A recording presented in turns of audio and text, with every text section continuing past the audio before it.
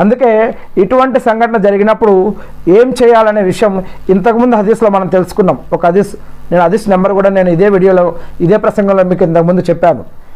ఎవరిని నిజంగా వారు ఖురాన్ మరియు హదీసుల ఆధారంగా అల్లా పట్ల భయం, భక్తి, గౌరవ, మర్యాదతోటి ప్రవక్త ముహమ్మద్ సల్లల్లాహు అలైహి వసల్లం యొక్క సున్నతుల ఆధారంగా ఖురాన్ మరియు హదీసుల ఆధారంగా ఎవరు జీవిస్తున్నారు, ఎవరు బోధిస్తున్నారు, ఎవరు పాటిస్తున్నారు, దేనిని అర్థం చేసుకోవాలి, దేనిని పాటించాలి, ఇలాంటివి మరి మనకు తెలియనప్పుడు, అర్థం కానప్పుడు అటువంటి సమయంలో ఏం చేయాలో మనం ఇంతకుముందే మనం ఒక హదీస్లో చెప్పుకోవడం జరిగింది.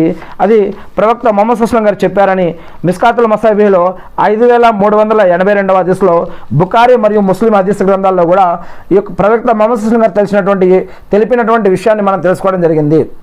ఇకపోతే ఒక హదీస్ మిస్కాతుల్ మసాబీలోని 5395వ హదీస్ సఫీనహ్ రజల్లా గారి కథనం ప్రకారం ప్రవక్త ముహమ్మద్ సల్లల్లాహు అలైహి వసల్లం గారు ప్రవక్త ఇలా ప్రవచిస్తూ ఉండగా నేను విన్నానని ఈ యొక్క సహాబా చెప్తున్నారు. ఏమని? 30 సంవత్సరాల వరకు ప్రవక్త ముహమ్మద్ సల్లల్లాహు అలైహి వసల్లం యొక్క సాంప్రదాయ కాలం అనేది నడుస్తుంది. ఆ తర్వాత రాజరికం అనేది వస్తుంది. రాజరికం తర్వాత మరి సఫీనహ ఏమన్నారంటే, అబూబకర్ పాలన 2 సంవత్సరాలు జరిగింది, ఉమర్ రజల్లా గారి పాలన 10 సంవత్సరాలు జరిగింది, ఉస్మాన్ రజల్లా గారి పాలన 12 సంవత్సరాలు జరిగింది, అలీ రజల్లా గారి పాలన 4 సంవత్సరాలు జరిగింది అని అహ్మద్, తిర్మిజీ, అబూదావుద్, నసాయి గ్రంథాలలో మనం చూడటం జరిగింది.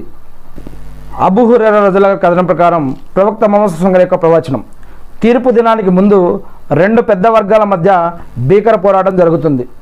ఇద్దరికీ ఒకే వాదం ఉంటుంది.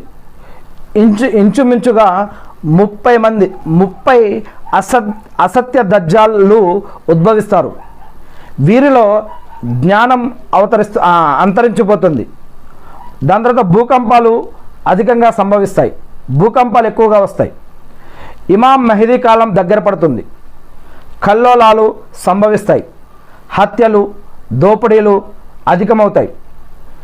ధన సంపదలు నీరులాగా ప్రవహిస్తాయి. అంటే ధన సంపద ఎక్కువగా పెరుగుతుంది. ఇటువంటి ఒక కాలం వస్తుంది. ఇమాం మెహదీ కాలం దగ్గర పడిన తర్వాత కల్లోలాలు సంభవించాక హత్యలు, దోపిడీలు అధికమయ్యటమే కాకుండా ధన సంపదలు ఎక్కువగా పెరుగుతాయి. ధనవంతులకు దానం ఎవరికి ఇవ్వాలి అనే ఆలోచన వస్తుంది. కానీ దానం చేస్తే దానం తీసుకున్న వ్యక్తి నాకు దీని అవసరం లేదు అని అంటాడు. భవనాల నిర్మాణంలో ప్రజలు